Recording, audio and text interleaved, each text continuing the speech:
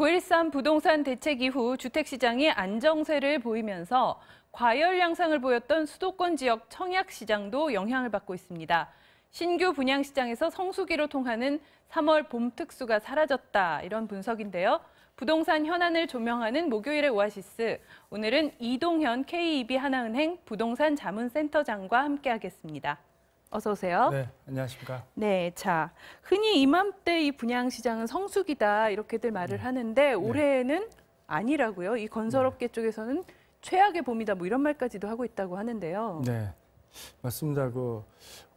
최근에 주택산업연구원이 여기는 이제 주로 건설협회 회원사들이 아무래도 건설사겠죠. 네. 회원사들을 그런 공급자 입장에서 연구하는 곳인데요. 예. 이곳에서 분양 경기 실사 지수라는 거를 발표했는데 2017년 조사한 이후로 지금 가장 안 좋은 상태로 나타났다, 이런 말이 있습니다. 그래서 100을 기준으로 봤을 때 거기서 이제 긍정적인 요인과 부정적 요인을 감안했을 때 지금 100보다 한참 낮은 전국 평균을 했을 때 63.0이 나왔어요. 네. 그리고 거기에 또 서울 79.6을 비롯해서 그나마 세종이나 대전이 70을 넘었고요. 네. 그다음에 기타 지방권에서는 50에서 60 사이가 많이 나왔거든요. 그래서 전국 평균이 63으로 나왔는데 이게 100을 기준으로 했을 때 중간치라 본다면은 100보다 넘어야 이제 좋다고 보는 거고요. 네. 그래서 전반적인 분양 경기를 아무래도 건설사들은 지금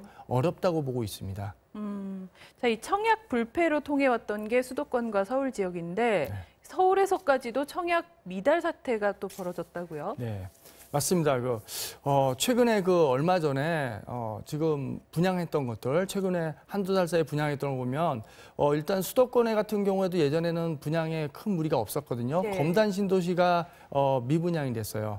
그리고 서울 같은 경우에도 심지어 우리가 알만한 서울의 광진구 쪽에서 네. 화양동이라는 곳에서 분양을 했었는데 사실상 미달과 마찬가지인 평균치 2대1이 간신히 됐거든요.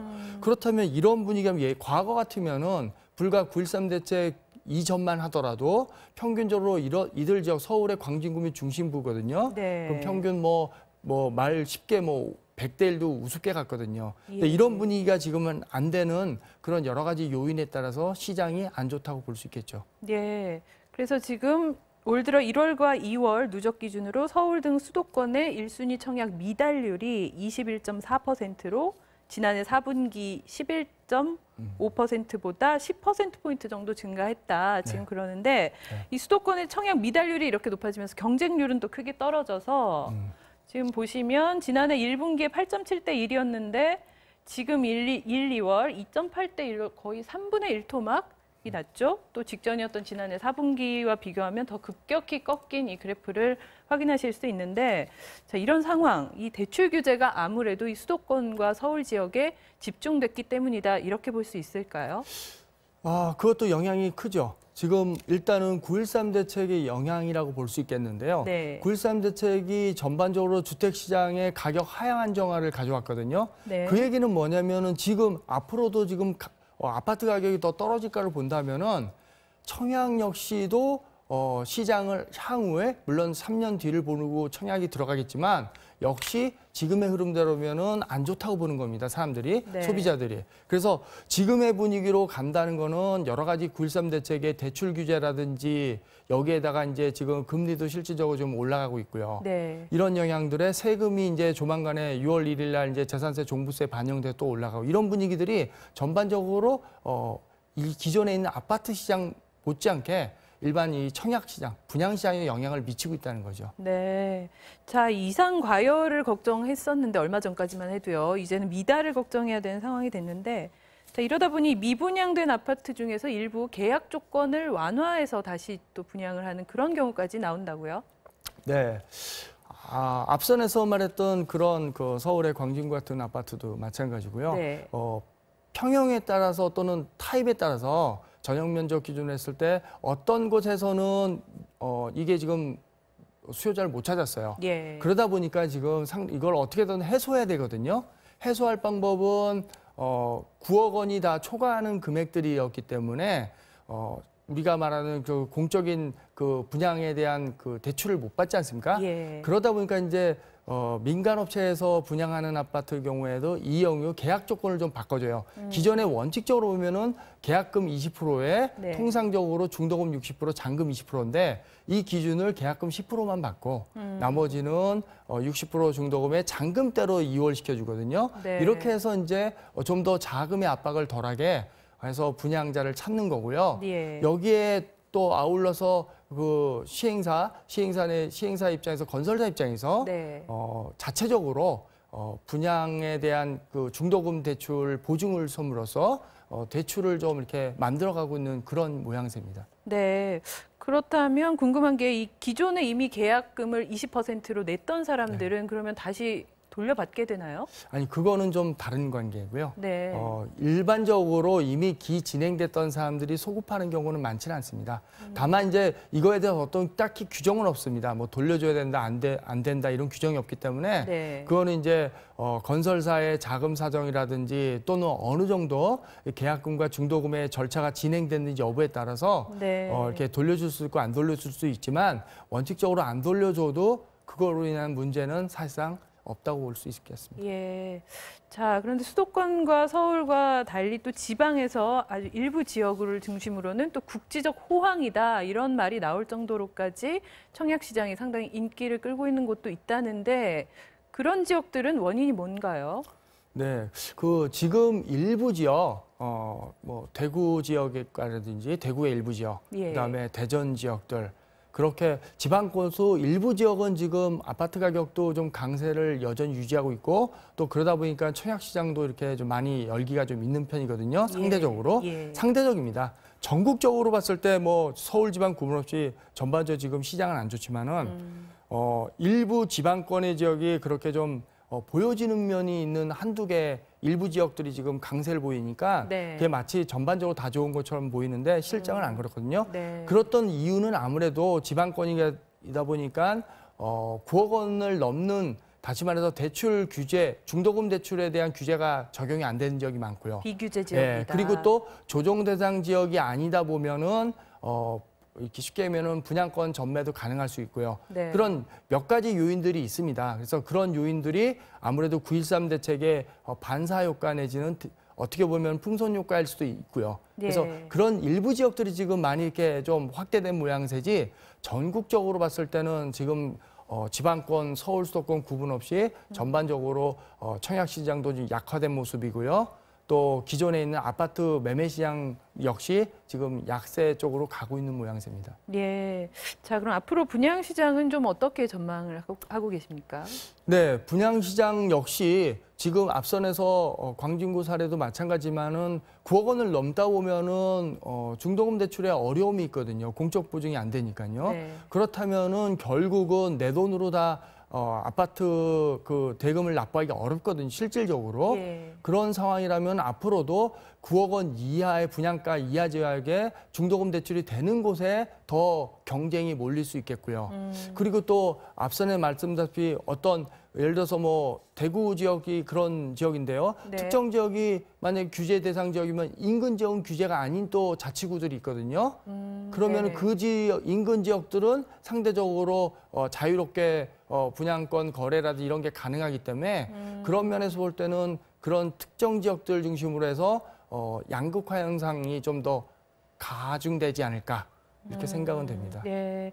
자, 그러면 이 청약을 준비하고 있는 이 실수요자들이 좀 눈여겨봐야 될 어떤 청약 조건이 있다라면 어떤 곳들을 봐야 할까요? 네, 일반적으로 이게 뭐 청약뿐만 아니라 기존 아파트도 마찬가지지만 수요자들이 향후에도 많이 관심을 가질 지역에 청약을 해야 되지 않습니까? 예. 기본적이죠. 그래야지 나중에 가격이 안정적으로 유지될 걸 보거든요. 네네. 그래서 아무래도 그 역세권이라든지 교통 입지가 중요할 것 같고요. 여기에 또 전통적으로 생활 인프라, 학군 이런 게 다목적으로 또는 다각도로 다 그게 접해 있는 곳이 아무래도 좀 많은 인기를 좀 끌 것 같습니다. 예. 자, 또 청약 관련해서 이런 뉴스도 있는데 이게 부정한 방법으로 청약에 당첨된 그 분양권을 그 부정한 방법으로 당첨되는 사실을 모르고 매수를 했다가 계약이 취소된 분양 취소 처분을 받아서 이 시행사를 상대로 소송을 낸 이런 사건이 또 있었네요.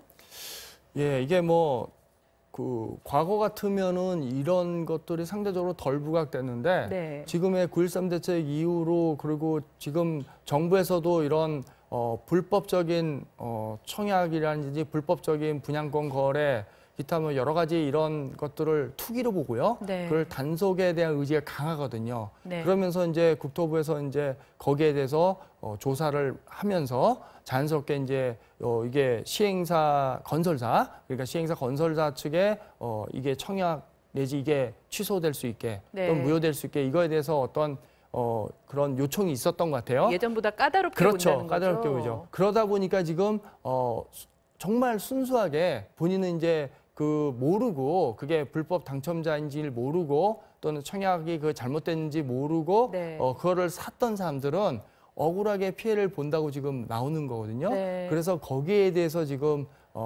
이대로 있는 것보다는 아무래도 소송으로 대응하겠다. 이런 뉴스들이 지금 나오기 시작하는 거죠. 네. 예전 같으면 이런 말이 잘 안 나왔었는데 네. 최근에 이제 이런 정부의 강경 방침도 어느 정도 작용하는 것 같고요. 또 아무래도 이러다 보니까는 좀 더 이제는 좀 이런 거래에 대해서 좀 더 조심하라는 경고 메시지를 주는 것 같기도 하고요. 네. 그렇다면 이 아까 소송을 냈다고 말씀을 해주셨는데 이 소송에서 그러면 이길 수 있는 가능성이 계약 취소가 철회될 가능성이 있다고 보십니까? 그거는 지금 뭐 진행 중인 사항이기 때문에 네. 어떻게 뭐 이긴다 진다 지금 답변을 제가 뭐 이렇게 정확히 내릴 수 있는 네네. 상황은 아니고요.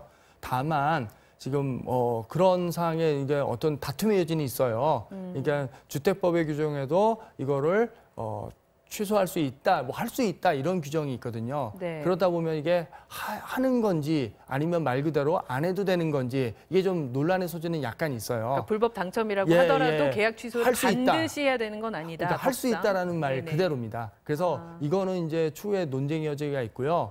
다만 이제 또 이거와 비슷하게 이제 분양권을 알면서 네. 예를 들어서 이게 예를 들어서 분양권의 정상적인 거래가 아니라 뭐 분양 가격에 세금을 회피하면서 다운 계약을 서로 동의한다든지 네네. 또는 거래가 안 되는 것을 제3자를 내세워서 거래를 한다든지 이런 네. 것들은 아무래도 앞으로 좀 더 많이 이것들 단속될 거거든요. 예, 예. 그러면서 앞으로도 이제 과거같이 이제 선의의 제3자를 그냥 무작정 보호해주는 차원보다는 이런 투기적인 거래에 대해서 좀 더 엄중히 더 단속이 나지 않을까 이렇게 좀 예상은 해볼 수 있겠습니다. 예, 그렇다면 더더욱 이런 피해를 입지 않기 위해서는 어떤 점들을 좀 더 꼼꼼히 살펴봐야 될지 마지막으로 좀 말씀 부탁드리겠습니다. 글쎄 뭐 제도적으로 사실은 처음부터 만약에 청약에 대한 자격에 대한 문제라고 하면은 청약 당시에 그거를 분양하는 시행사 건설자들이 좀 더 검증할 수 있는 게 있었으면 좋겠고 네. 이거를 또 각 지자체별로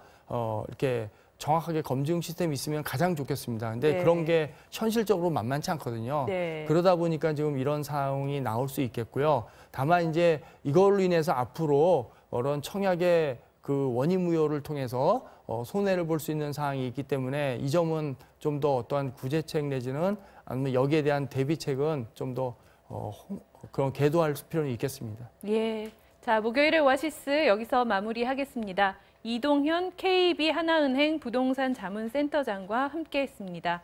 오늘도 말씀 네, 고맙습니다. 감사합니다.